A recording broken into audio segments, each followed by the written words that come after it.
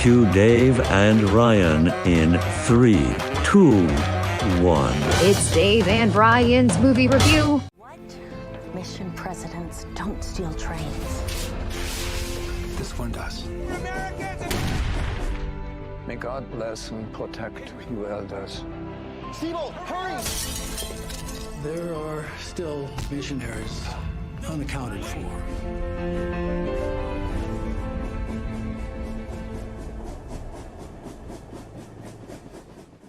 Hey, Dave and Ryan down here just got done seeing Escape from Germany. This is actually a movie by T.C. Christensen. If you live in Utah, you've heard the name, you know some of his work. It's based on a story or a book called Mine Angels Around About. Takes place in, I believe it's the summer of 1939, just before the war breaks out in Germany.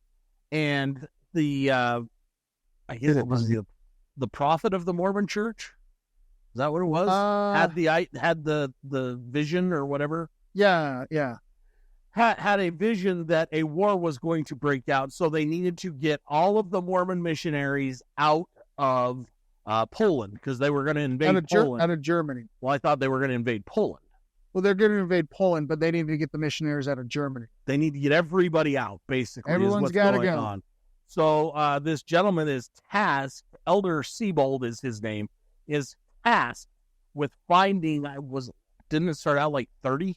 It was 29. 29 Mormon missionaries in that area to get them out of the country. And it really follows all the trials and the tribulations and everything that he had to go through to get the missionaries out of the area.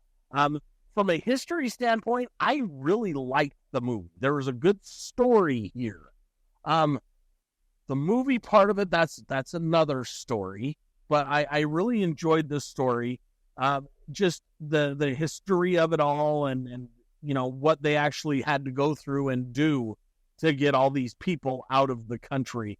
This is really a time period that people look at, and it was a horrible, horrible time. Yeah. And so it's great that they could go through and do this. And I even say I'm interested in reading the book now. Yeah. I don't know. Now, I'm sure you could buy at Deseret Books. Probably. Now, the other part of it, as I said, there were some issues and hangups that we had with the movie. Yeah. And I'll let Ryan kind of start us down that path and we'll add in. But yeah, continuity issues were a big problem. Really. Yeah, there were a few filming continuity issues and some things that just absolutely made no sense. The worst one that just off the top of my head, there was a scene where like in the trailer, they're stealing a train. And a guard on the train yard is coming.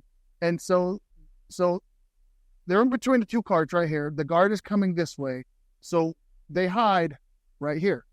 They stand still. And the guard walks right past them. How did he not see them?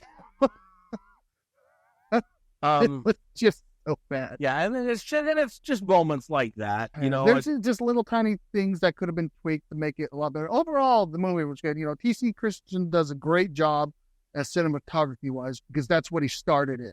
He was a cinematographer first, and so usually with all of his films, he's the cinematographer and the director, so he knows exactly what it's going to look like and what he wants. And when we pulled it up and looked at it, a lot of the exteriors and stuff were shot in Utah. Yep. You said they did go to Budapest for some of them.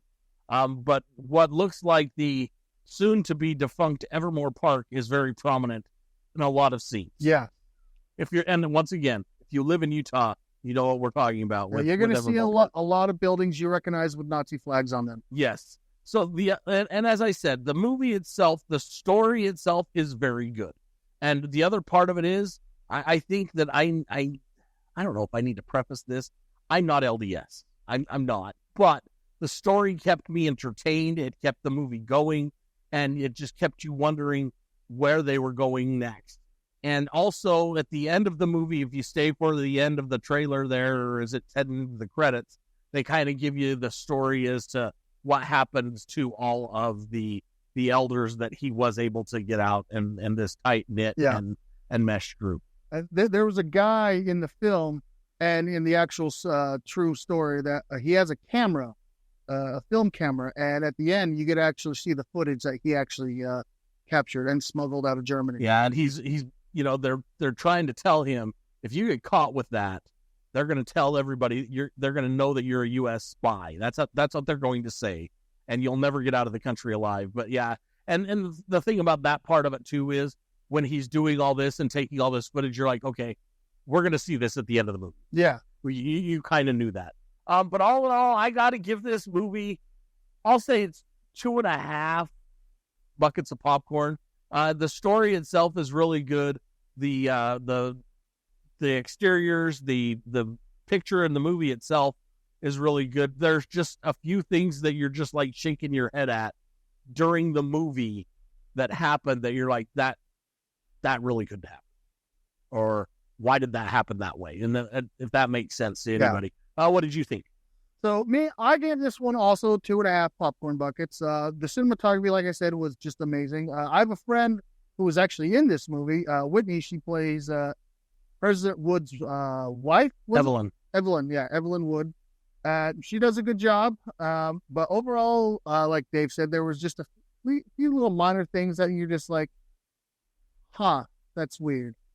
That just kind of pulled you out of the story. Overall, the story was good. I love historical type of movies that basically make it cinematic, and that's what this one did. And you know that it's actually and truly based on a true story. So if you're into history, if you're into World War II, go see this one. It's a pretty good film. Runtime was only like 1:37, so not bad. PG rated. But yeah, go check this one out. Before we get out of here, of course, we got to tell you, go to our Facebook page, go to our YouTube channel, like and subscribe, leave some comments, tell us what you think. Were we right on this one? Were we wrong on this one?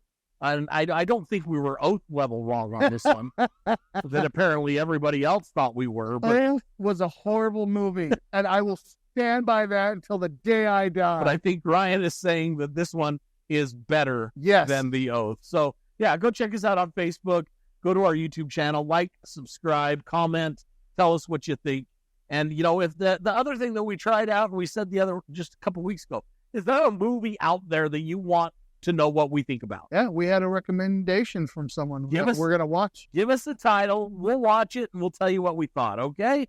All right. So, until then, go see a movie.